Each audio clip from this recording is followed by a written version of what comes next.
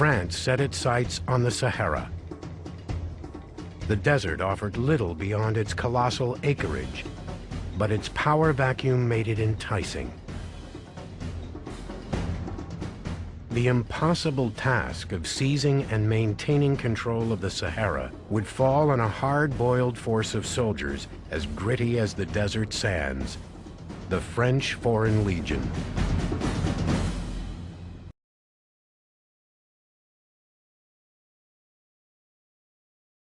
Over the next century, the Foreign Legion staked France's claim to the Sahara by patrolling a vast region stretching from Morocco to Algeria to Tunisia. Here, the Legionnaires waged two grueling wars, one against Arab, Berber, and Tuareg rebels who refused to submit to their authority, and another against the forbidding Sahara. If you were looking for a place where you could be challenged, then Sahara was the place for you. I can't think of another battlefield in the world where men could survive days of marching at 110 degrees Fahrenheit plus heat and then freeze to death at night. In the public imagination, the Sahara of the Foreign Legion was a sand-swept purgatory where men with tarnished pasts sought redemption through danger, or where the heartbroken could forget a lost love. In reality, most soldiers who trudged here were men with ordinary pasts faced with an extraordinary challenge. Grizzled sergeants tested their stamina and spirit with grueling training exercises.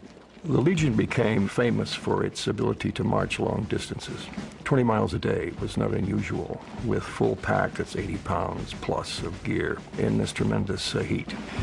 In the course of training, some people, of course, didn't measure up right away. If you fell out and you continued to fall out, you'd likely get tied to the back of a cart by a pole, and you could either stand up and keep moving or be dragged over the rocks, over the sand, until you decided whether you were going to march or die. This torture, reserved for soldiers willing but unable to keep pace with their comrades, paled in comparison with the abuses suffered by malingerers who shirked their duties. You might be subjected to a form of punishment called the crapodine.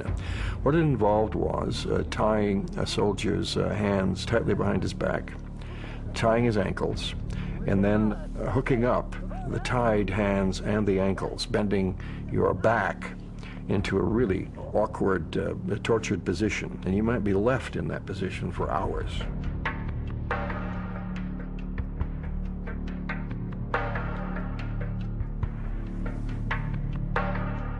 The tortures Legionnaires endured at the hands of their own commanders toughened them for their grueling war with the Sahara's native tribes. On April 26, 1882, the Legion and the desert's insurgents would clash in perhaps their most dramatic battle of all. The setting was a desolate valley in present-day Morocco called Chott Tigri.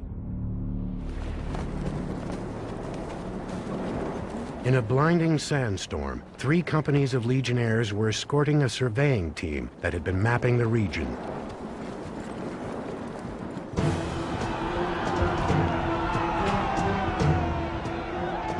Suddenly, through the stinging mist, flooded an army of Arab horsemen. The bewildered Legionnaires scrambled to assemble a defensive square, a tactical formation designed to repel an enemy assault from any direction. A square is probably the best kind of defense against cavalry there is. Now, they still can't see very well. All they know is that this enemy is coming at them. Only when the storm briefly subsided did the French realize the nightmarish scope of their predicament. Charging toward their modest force of 300 men were nearly 8,000 Arabs.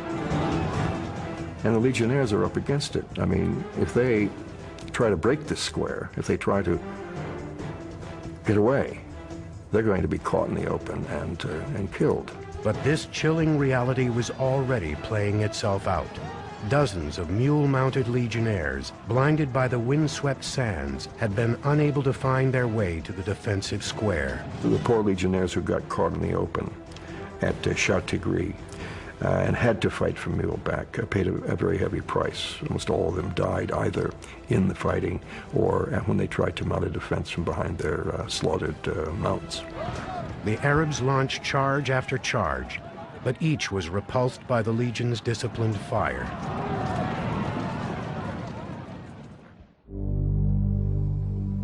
Finally, after 7 hours, the frustrated Arabs retreated, and the Battle of Chott Tigri was over. 2,000 Arab corpses littered the sands.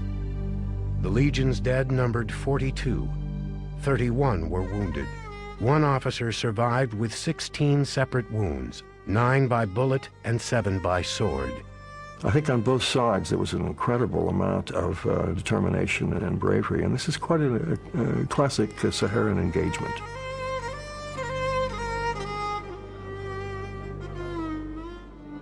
"23 years after this fateful skirmish, in 1905, the Foreign Legion forced the last of the Sahara's insurgent tribes to submit to French rule. France would cling tenaciously to its colonies in North Africa until 1962.